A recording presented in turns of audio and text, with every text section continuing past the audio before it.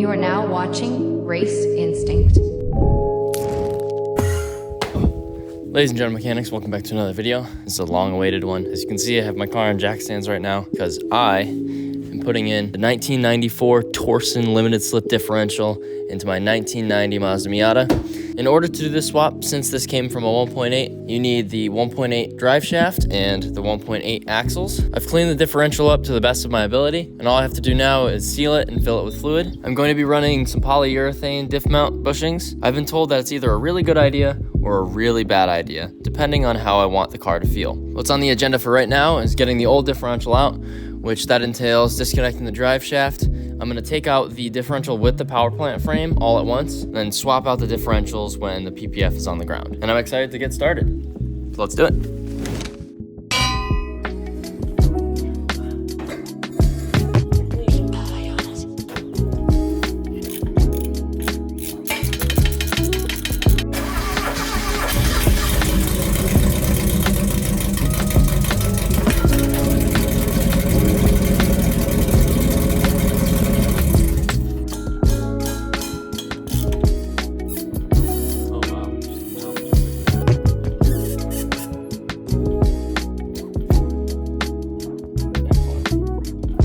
As of right now, axles are ready to come out, and then I'm gonna disconnect the power plant frame in the front, then the upper differential mounts, and I believe that's all I have to do.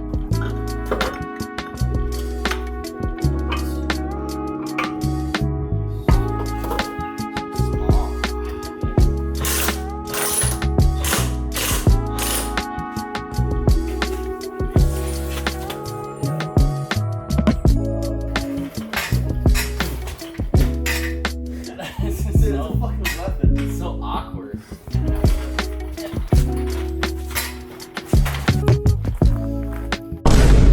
Alright, so a few hours later, we got the differential all sealed, everything's together, the bushings are in the right place and not upside down. We got the PPF attached to it, we got the bolts through it, everything is how it's supposed to be so far. And that means we're a little bit over 50% of the way there. So now, I just have to wheel this thing underneath there, make sure everything's aligned, bolt it all up, put the axles in, and then fill it with fluid. I really need to remember to fill it with fluid. Without further ado, let's get it in.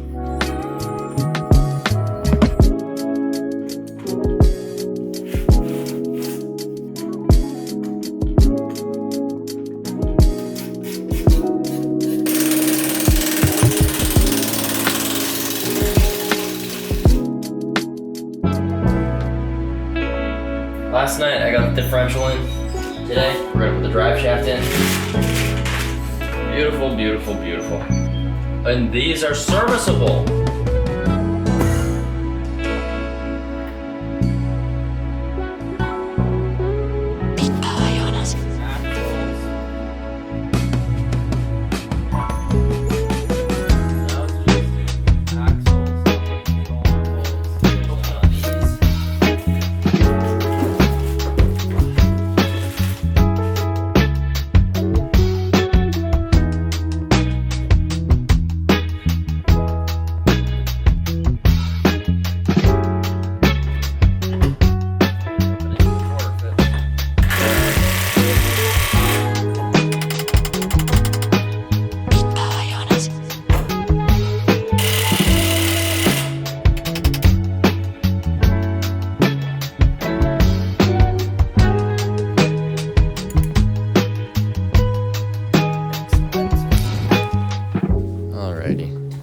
I'm not gonna teleport into this one. So around 6 months later, I'm filming this because I wanted to test to see if the torsen actually made a difference over a long period of time. And I've had one autocross day and a bunch of street shenanigans.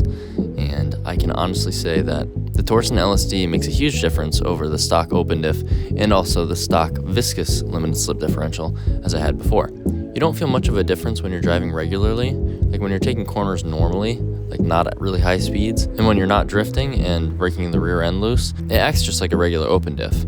where whichever wheel on the outside of the turn is allowed to turn faster than the inside wheel, which makes it so that you can actually turn without your wheels hopping, because the distance of the outside wheel is larger than the inside wheel when making a turn. But as soon as you break traction, or you're going into a corner where the differential senses a differential in torque, a difference in torque for both wheels, you can feel it lock right up, which is pretty awesome. That's what I was looking for. It makes maintaining a drift a lot easier now. I did not realize that this was what was holding me back.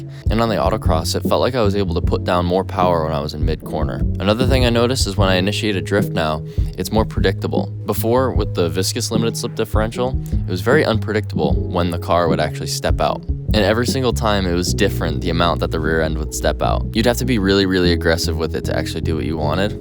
But then sometimes it would just step out no problem, and that would catch me off guard. Because when you're caught off guard when you're drifting and you're unexperienced like me, bad things happen. But we adapt, we overcome, and we put a torsen differential in our car.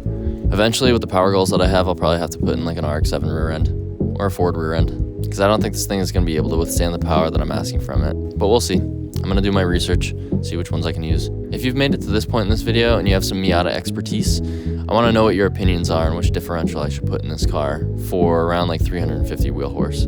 It's kind of crazy saying that out loud, but you'll see what's to come. Thank you so much for watching. If you want to follow me on my socials, they're all Race Instinct. I post pretty frequently on Instagram. You can message me on there. And if you have a project car, you can send a picture of it there. That should be it for right now. I'll catch you in the next one.